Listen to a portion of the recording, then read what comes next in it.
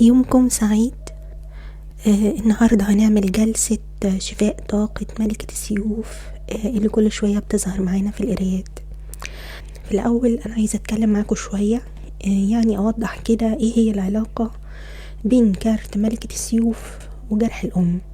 الفكرة إن مش بس الكارت بتاع ملكة السيوف اتكرر ظهوره من كذا ديك في كذا قراية، إنما حتى كمان كروت الأوراكل كانت بتعكس نفس الطاقة.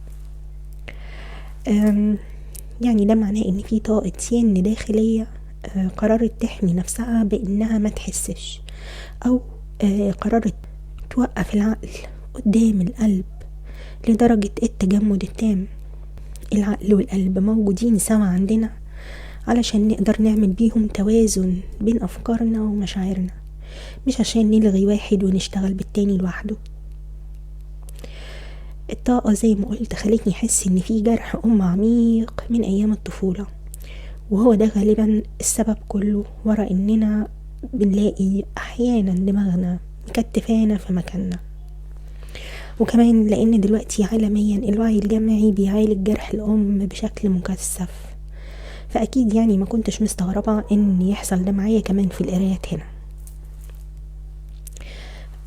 احنا محتاجين نعمل توازن جوانا، وقبل ما نعمل التوازن ده محتاجين نفتح بحرص وبرفق جرح الأم ده وننضفه، لأن سواء اللي كانوا بيسمعوني دلوقتي رجال أو ستات، فكلنا في مرحلة ما بشكل أو بآخر اتعرضنا يعني لتجارب في طفولتنا من قوتها ومن شدتها أثرت وحفرت علامات جوه روحنا.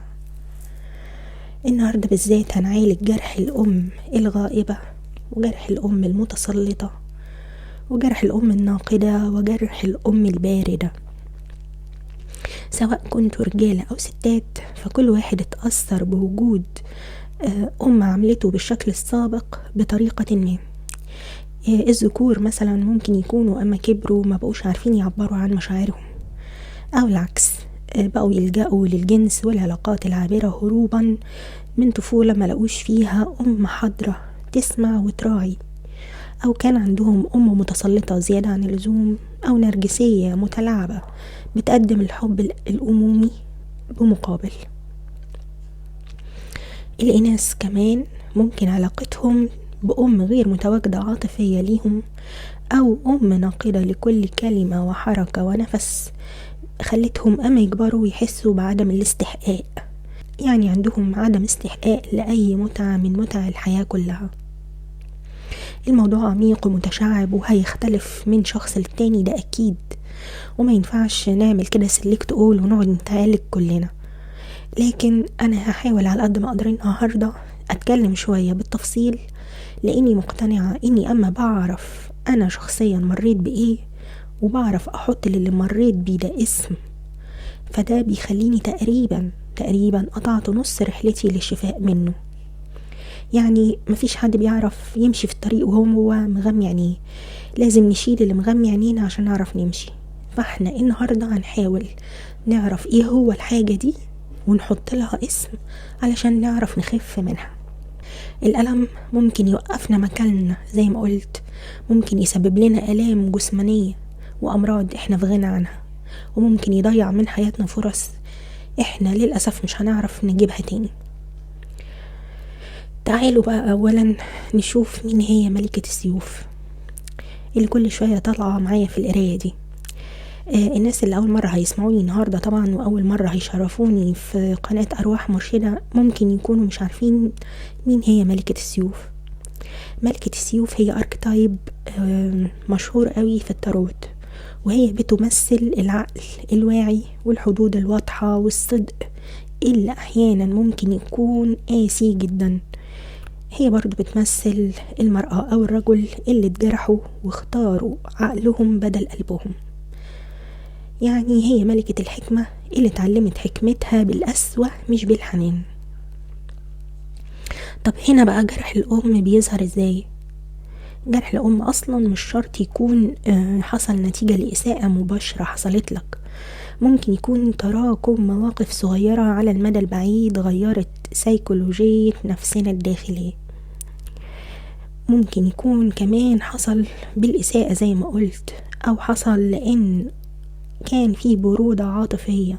يعني مش شرط يكون في إهانات أو أذى جسدي أو نفسي أو لفظي، إنما ممكن يكون كمان لأن ما كانش فيه عاطفة أصلا، أو كان في أم ناقدة أكتر منها داعمة، أو حتى أم مش عارفة تعبر عن حبها، أو أم قوية جدا لكن مش عارفة تحتوي. الطفل بتاعنا هنا بيتعلم في الظروف دي إنه لازم يعتمد على عقله مش على مشاعره، وده بالظبط مسار ملكة السيوف. ملكة السيوف كمان غالبا بيكونوا الابنة أو الابن اللي كبروا بدري قبل أوانهم، اللي فهموا إن المشاعر لوحدها ما بتحميش، فطلعوا أذكياء ومستقلين وأقوياء بشكل لافت للنظر، أقوياء ذهنيا، لكن ده ما خلاهمش يعرفوا يثقوا للأسف. يعني صعب يطلبوا مساعدة، وصعب يسيبوا قلبهم مكشوف حتى قدام الزوج أو الزوجة أو الأبناء. قبل ما نكمل أنا عايزة أقول حاجة. الأم اللي بتعمل كده هي عملت كده لأن بنسبة 99% هي كمان من طفولتها اتعرضت لشيء خلاها كده. ده مش دفاعا عن الأم الغائبة أو الباردة أو المتسلطة، إنما دي مساحة نور بفتحها ليك وليها، علشان نفهم إننا دلوقتي محظوظين جدا بالعصر اللي احنا عايشين فيه، واللي بقينا نقدر نلاقي معلومة بسهولة ونروح لثيرابيست أو نلاقي كتاب أو نشوف حلقة على اليوتيوب أو التلفزيون تفهمنا احنا مالنا وفينا ايه. زمان أيام أمنا وجدتنا وجدة جدتنا ما كانش عندهم ده كله، ما كانش في ناس تدعمهم يعني وتطبطب عليهم ولو بكلمة. كان فيهم اللي بيروح لدكتور نفسي بيتقال عليه مجنون أو ملبوس، والمجتمع كله كان بيرفضه. يعني دي نقطة بس كده حبيت أقولها علشان من جوانا نعرف إننا في عصر ذهبي للتشافي الآن، وكمان علشان جوا عاصفة وجعنا وغضبنا من الطريقة اللي كبرنا بيها مع أم بالشكل ده، برضو نحاول نحتفظ بالبر وبالرحمة تجاهها. يعني ما تخليش وجعك ينسيك الواجب بتاعك. لو انت أنثى أو ذكر فالجرح ده اتجسد في مشاعرك، سواء اللي بتحسهم أو مشاعرك اللي بتديها للناس اللي حواليك. يعني ليه طيب جرح الأم ممكن يظهر أكتر حاجة في علاقاتنا العاطفية والحميمية؟ لأن العلاقات العاطفية والحميمية هي أكتر مكان جرح الأم بيتركز فيه عبر السنين، لأن جرح الأم بيسبب خوف من الاحتياج، وخوف من الضعف، وخوف من إن مشاعرنا محدش يقبلها. بنفضل نتوقع الفقد والبرود حتى في الحب، وبنبقى خايفين إن محدش يقابل مشاعرنا دي بمشاعر زيها. ملكة السيوف بتيجي في حياتك لما قلبك يقول أنا عايز حب بس مش هسيب نفسي محتاج للحب. يعني بتدخل في نمط حماية ناتجة عن جرح قديم. غالبا كمان انت بتحب بعقلك بس، بتحلل مشاعر الشريك بدل ما تحسها، وبتفضل تراقبه بدل ما تندمج معاه، وممكن كمان تفضل تعمله اختبارات ورا اختبارات بدل ما تقرر تثق فيه. ده بالظبط ميكانيزم الطفل اللي ملقاش احتواء ثابت من الأم. العلاج هنا اننا نعرف ان البرود اللي انت بتقابل بيه مشاعرك ومشاعر غيرك ناحيتك هو نوع من الحماية، مش عيب فيك. مهم كمان تسمح لنفسك انك تطلب الحب وتطلب مشاعر وقت ما تعوز من غير ما تشرح او تبرر. كمان لازم تقبل ان الاحتياج عمره ما بيقلل من قيمتك، وانك تبتدي دلوقتي تدخل التعاطف في كلامك مش بس المنطق في كلامك.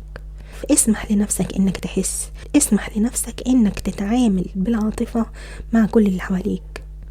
ملكة السيوف لما بتشوف صح بتتحول من جرح أم إلى أم واعية وقوية جدا تقدر تحمي وتحافظ وتكون سبب لحياة سعيدة كمان.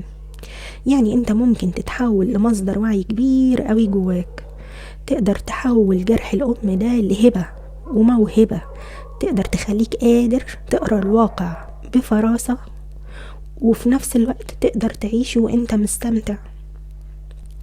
طيب تعالوا بقى نغوص اكتر في العلاج، لان اللي فات ده كله كده يعتبر يعني زي تسخين، او زي ما نكون بنحاول نلخص الصورة الكاملة بسرعة. تعالوا بقى نعرف تحديدا ايه هي جروح الام، وايه هي الجروح المرتبطة بكارت ملكة السيوف.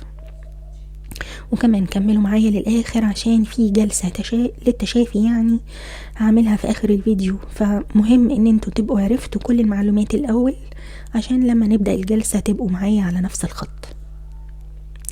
جرح الأم على فكرة مش واحد فقط، يعني هو ليه أنماط كتير، كل نمط ليه لغة مختلفة في القلب وفي العلاقات. هنقولهم سوا كده نقطة نقطة بطريقة مباشرة. أول جرح عندنا هو جرح الغياب العاطفي، يعني الأم اللي كانت موجودة جسديا لكن مش متاحة نفسيا، مش بتعرف تسمع بعمق، ومش بتحضن، ومش بتحتوي إحساس ابنها أو بنتها. النتيجة إن الطفل هيكبر وهو مستقل زيادة، صعب يجي يطلب مساعدة من أي حد، ودايما يحس إن احتياجه عبء على الناس. في العلاقات هو هيحب بصراحة، لكن هيحب من مسافة. تاني جرح هو جرح البرود أو الجفاف. الأم هنا قليلة التعبير، يعني نادرا أما هتيجي تقولك أنا بحبك. الحنان مش لغتها أساسا.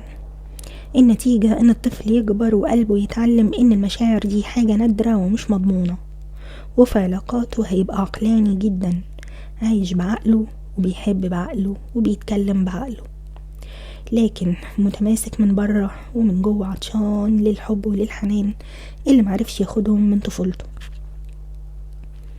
تالت جرح هو جرح النقد المستمر. الأم هنا شايفة العيب قبل الجمال في أولادها، يعني هتفضل كده طول الوقت في حالة تصحيح دائم لأطفالها. انتوا عاملين كده ليه؟ انتوا لابسين كده ليه؟ ما تقعدوش هنا، وطوا صوتكوا.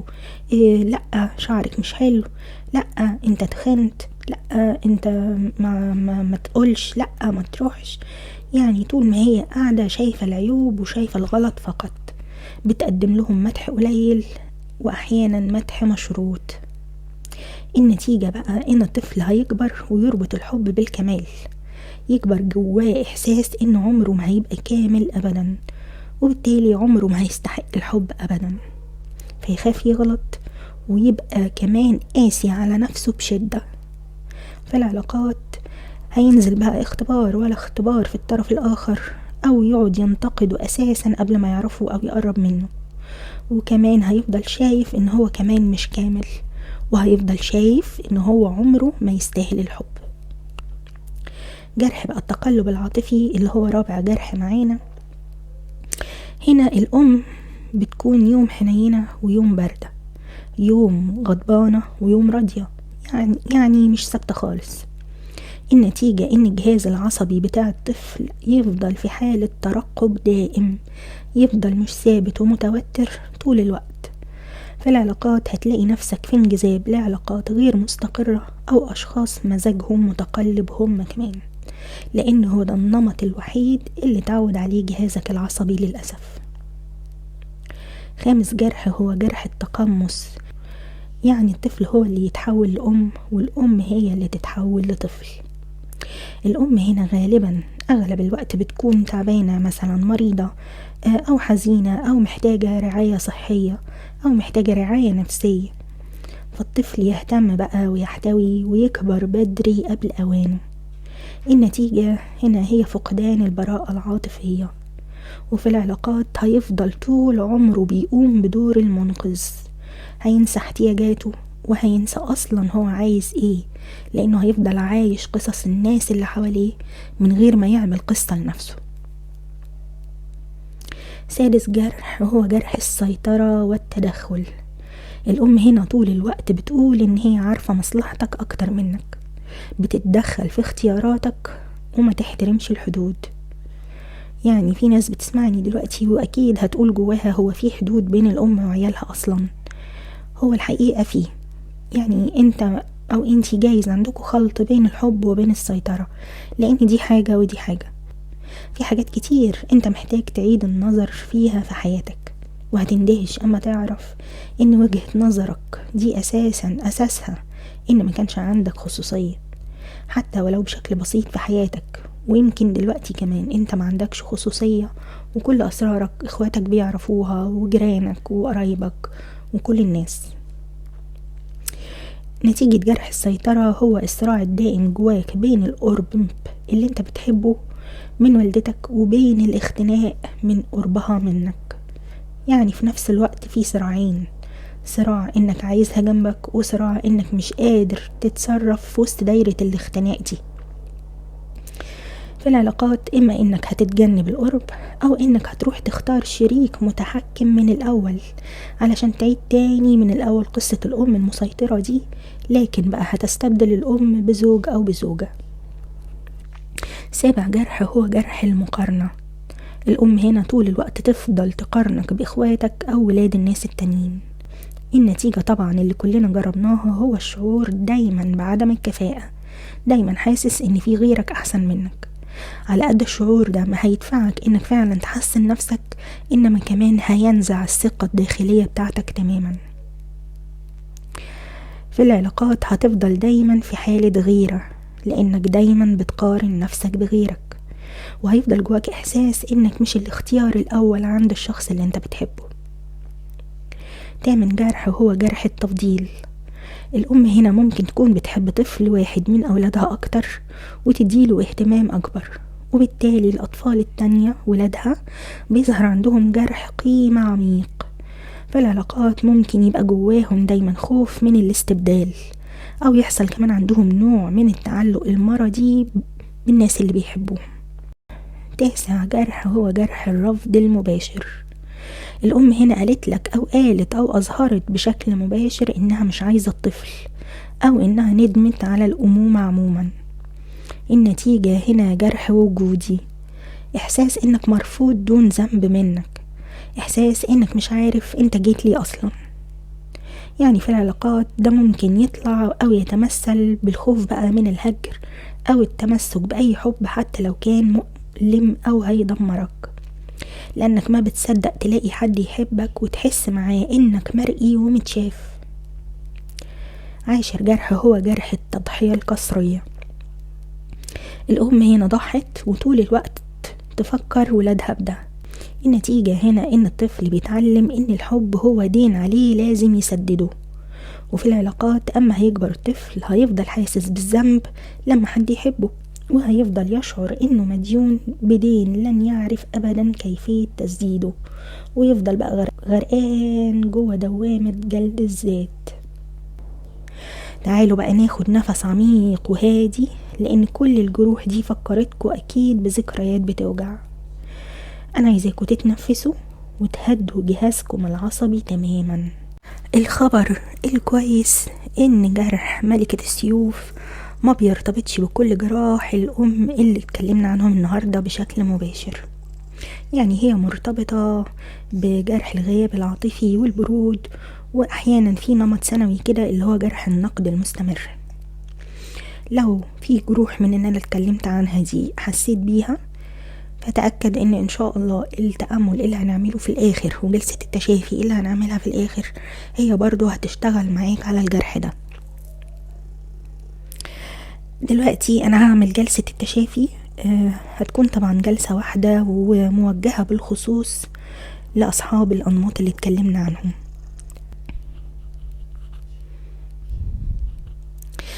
دلوقتي هنبدأ جلسة التشافي. أنا عايزاك تروح تقعد في مكان هادي، كرسي مثلا ظهره مريح علشان تفرد ظهرك عليه، أو روح على سريرك نام على ظهرك، أو بأي شكل يريح جسمك. يعني لو أنت بتعاني من حالة صحية مثلا تخلي نومك على ظهرك مش مريح. المهم إن جسمك يكون مفرود على قد ما تقدر، وتكون في مكان محدش يقطع عليك الجلسة دي.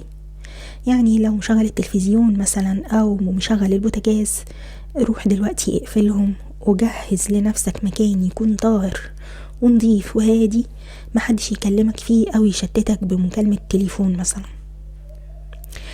جاهز؟ يلا نبدأ دلوقتي. غمض عينيك، تخيل نفسك وانت لسه طفل. لو صعب تفتكر شكلك وانت طفل، ممكن تجيب صورتك من أيام الطفولة وتبص فيها كويس قبل ما تغمض عينيك. دلوقتي غمض عينيك وخد شهيق عميق على قد ما تقدر وطلعه بالراحة. كرر الشهيق العميق والزفير البطيء 3 مرات. اتخيل انك دلوقتي عندكم في بيتكم اللي اتربيت فيه زمان وانت طفل، في يوم عادي جدا ما فيهوش اي حاجة مميزة. الجو هادي وانت شايف قدامك نفسك اللي كانت طفلة زمان. شايف نفسك وانت طفل، شايف تسريحة شعرك وملامحك، شايف هدومك وألوانها، شايف الطريقة اللي كنت بتحرك بيها ايدك وانت بتتكلم، شايف حتى لو كان عندك جرح في ركبتك من اللعب. قرب من الطفل ده، حط ايدك على راسه وملس على شعره، طمنه وابتسم له، قول له انا شايفك وبحبك فوق ما تتصور لأننا واحد. قول له انا عاوز اقولك انت مش محتاج تعمل حاجة علشان تتحب، مش مطلوب منك تكون مثالي، انت كفاية زي ما انت محبوب كده. بص على ملامحك وانت صغير، بص على براءتك، انت فعلا تستاهل الحب غير المشروط.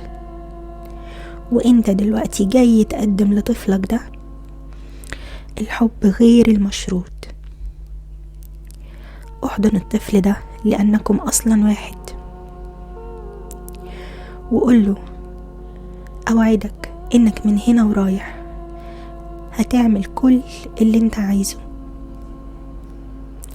وأوعدك إنك من هنا ورايح أنا كمان هعمل كل اللي أقدر عليه علشان تفضل محبوب بدون شرط. انت تستاهل كل جميل، انت تستاهل انك تفضل سعيد. بص للطفل ده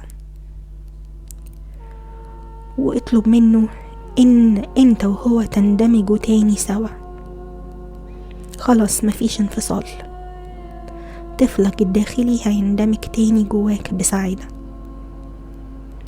ومن هنا ورايح كل الحب اللي هتقدمه لنفسك هتقدمه برضو في نفس الوقت لطفلك الداخلي، لأنكم واحد.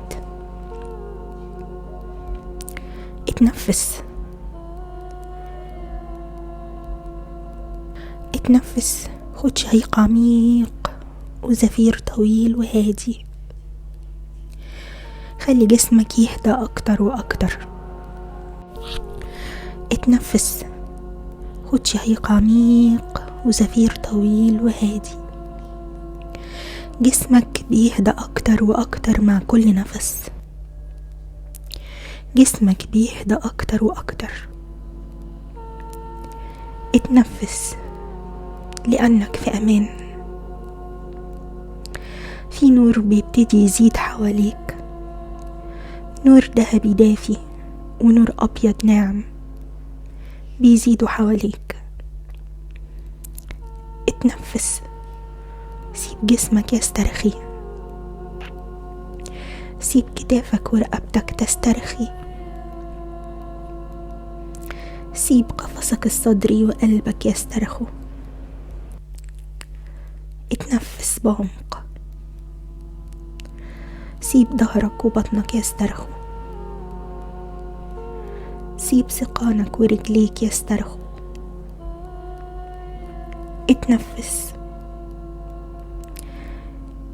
النور اللي حواليك بيزيد بشكل لذيذ. كل ما بتهدى كل ما النور بيزيد، وبيزيد معاه إحساسك بالأمان. انت محمي تماما، وانت مبارك ومحبوب في كل مكان. النور اللي حواليك ده طاقة شفاء مركزة جاية لك من ربنا، ببركة اسم الله الشافي المعافي، ببركة اسم الله النور. النور بيزيد، وكل ما بتتنفس النور بيدخل جواك. النور بيدخل جواك علشان يمسح تماما كل ذكريات الألم والوجع، يمسح تماما كل ذكريات الحزن. كل حتة في جسمك شالت جزء من وجعك، النور دلوقتي بيعالجها، بيغطيها وبيشفيها. اتنفس.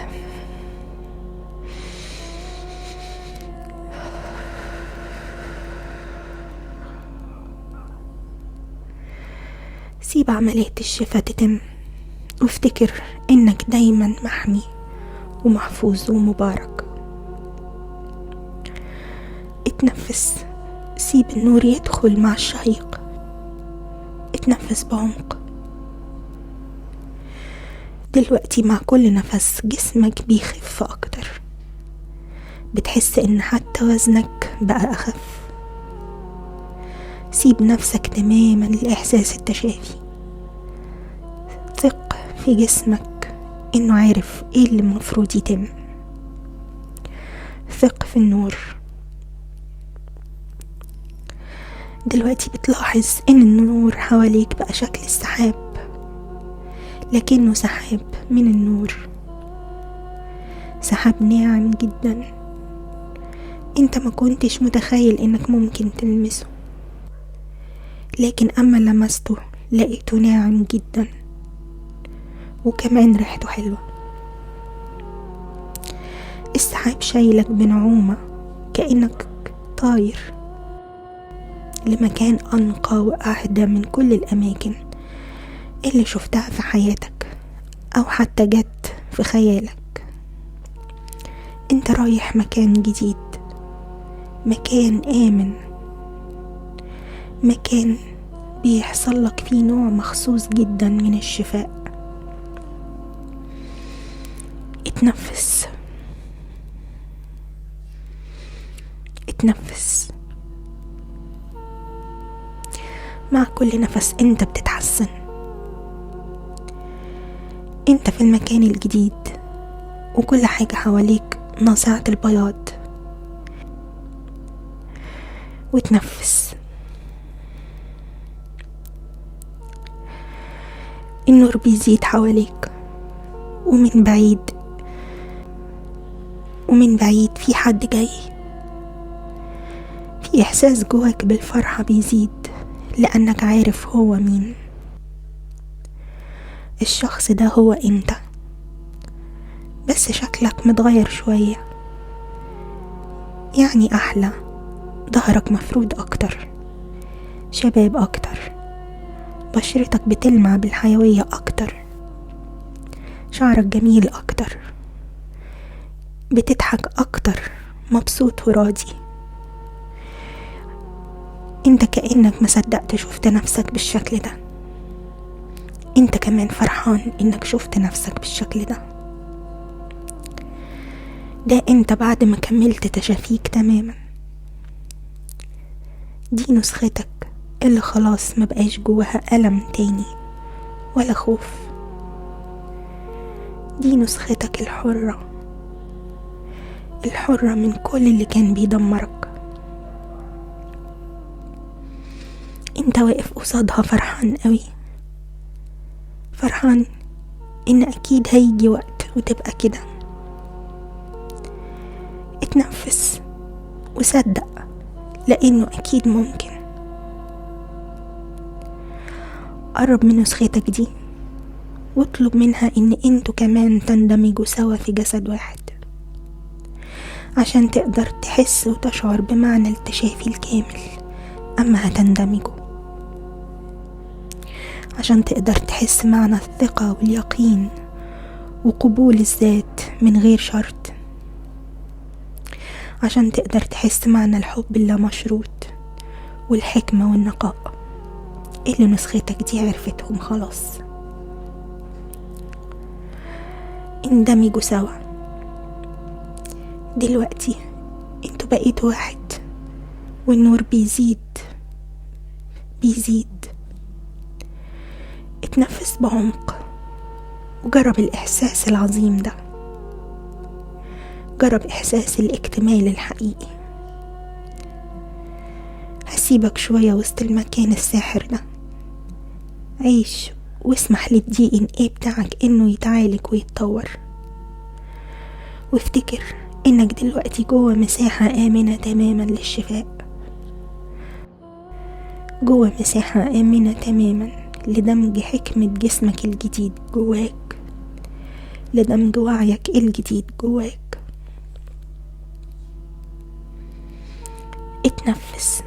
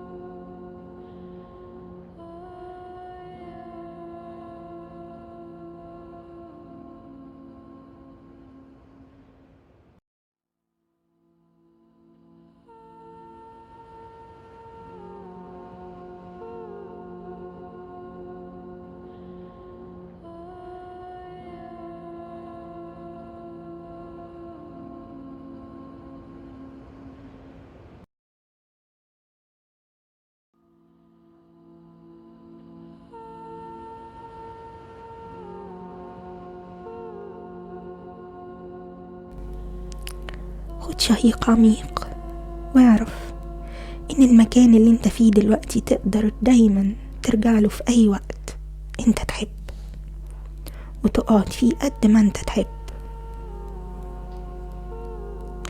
دلوقتي هوريلك طريق الرجوع للعالم المادي، لكن المرة دي انت هترجع وانت تشافيت بشكل عميق. في كل مرة هتاخد شهيق وزفير من هنا ورايح، هتستمر عملية التشافي دي اوتوماتيك جواك. اتنفس، خد شهيق وزفير بعمق. بص قدامك، ظهر سلم، السلم ده هو طريق الرجوع. خد وقتك وابتدي اتحرك ناحيته وانزل عليه.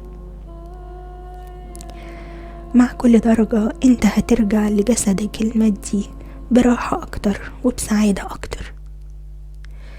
مع كل درجة سلم ومع كل شهيق انت بترجع لجسدك المادي وانت عارف ومتأكد ان من هنا ورايح حياتك وصحتك هيتحسنوا للأفضل. اتنفس، انزل السلم لآخره، وأول ما توصل برجلك للأرض حرك دراعك، لف كتافك، ابتدي ميل جسمك يمين وشمال بحركة بطيئة براحة. فتح عينك وقت ما تكون قادر تفتحها. حرك جسمك تاني، ابتدي استعيد نشاطك، استعيد طاقتك واستعيد قوتك الجديدة، استعيد دنيتك الجديدة. الحمد لله على السلامة. اما تحس انك عايز تقف وتمشي اعمل كده. ممكن كمان تروح تشرب كوباية مية، يعني دي هتكون حاجة لطيفة جدا. وياريت على قد ما تقدر النهاردة تقلل كلام، يعني ممكن كمان تكرر الجلسة دي لو احتجت في اي وقت، لكن ما تخليهاش بشكل يومي، لان هي هتحرر من جواك ألم كبير. لو عيطت او دموعك نزلت اتأكد ان ده جزء من التشافي، دي طاقة كانت لازم تخرج من جواك، لازم تدي جسمك وروحك وقت للتعافي. طبطب على نفسك لأنك عملت مجهود عظيم. شكرا ليكم، مبسوطة انكم سمحتولي اكون معاكم في الرحلة السحرية دي، ويا رب اكون عرفت اساعدكم بأي شكل. وعاوزة اهنيكم كمان ببدايتكم لرحلة شفاء، مش بس لنفسكم، انما هي رحلة شفاء هتخلي كل الناس اللي في حياتكم وكل العالم كمان يتحول للأفضل. لازم هيتحول للأفضل عشان يبقوا مساويين للطاقة الجميلة والسعيدة اللي انتوا هتبقوا فيها. مستنية اعرف رأيكم في التعليقات، قولولي واحكولي عن تجربتكم مع الجلسة النهاردة. شكرا ليكم وسلام عليكم.